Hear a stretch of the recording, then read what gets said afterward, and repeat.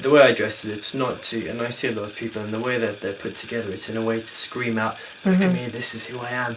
And often I think that that's the expression rather than the content. I'm more inspired by theories and moods rather than people. I could never match someone's personality to the extent that I would be able to emulate them. So I think that it's probably a bit of a cop-out for me to say that this person inspired me, because I just it's never really been that way for me. I love London. At times, you know, it can be a little bit exclusive than inclusive. Our mother's very artistic and our father was a bit of a... Self-proclaimed playboy, I don't know. Yeah. Both of our parents kind of stylistic influences. They moved here, Pakistan.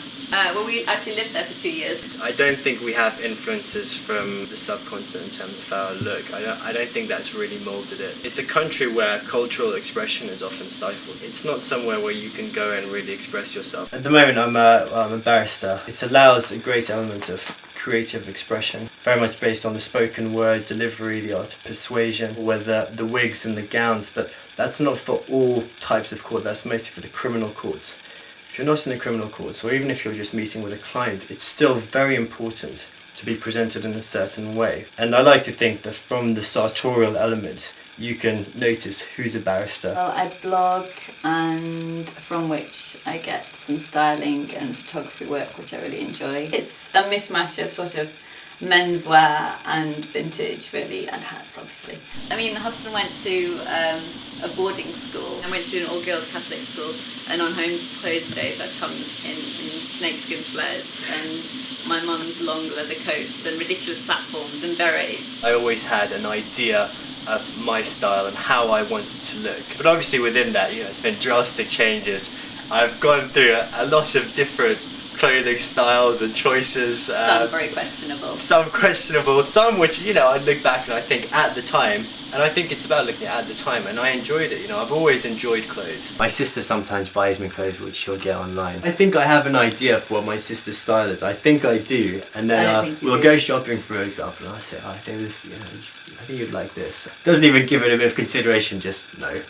She a vintage dressing gown actually, which I wear as a dress or a robe or a cape or however I feel, or a skirt. A white shirt is pretty much a staple for me with most outfits. It just, I think it provides the formal element, and then just a little bit of detailing.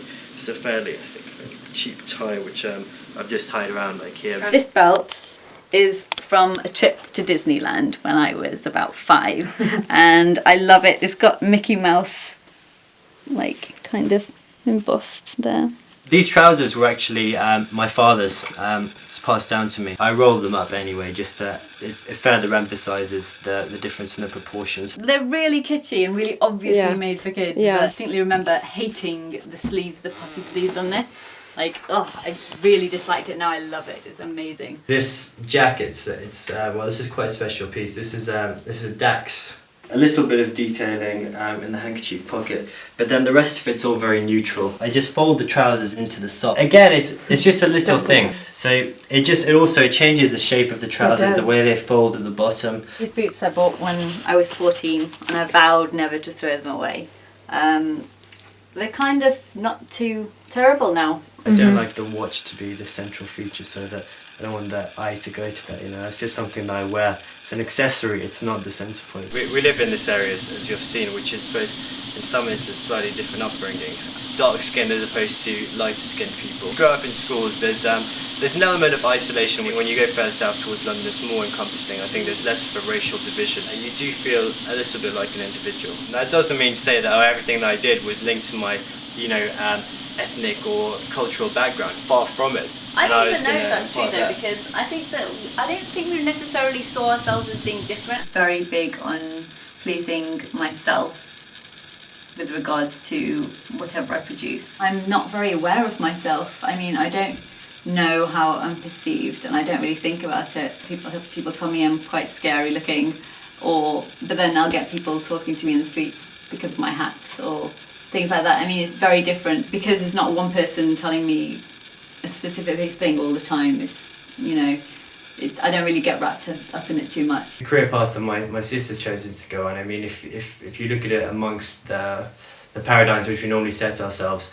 that, oh well, you know, general society, get a job, 9 to 5. Right. If you're a female, get married, you know, whatever, the house in the suburbs, etc. I don't think we really ever thought that that's what we had to do. Everyone wants something just there in front of them. They don't want to have to engage the brain.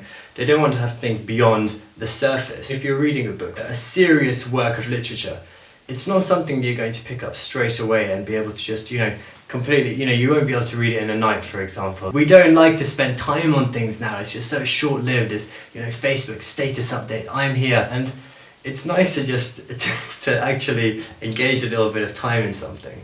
The things that I have set for myself, I've achieved or I'm on the path to achieving. You know, I mean, obviously goals is short-term and then long-term. And I'm on the right track for being where I'd like to be and what, to use the phrase, wildest wishes. You know, I'd say that my aspirations are my wildest wishes. Why would you not strive for exactly what you want?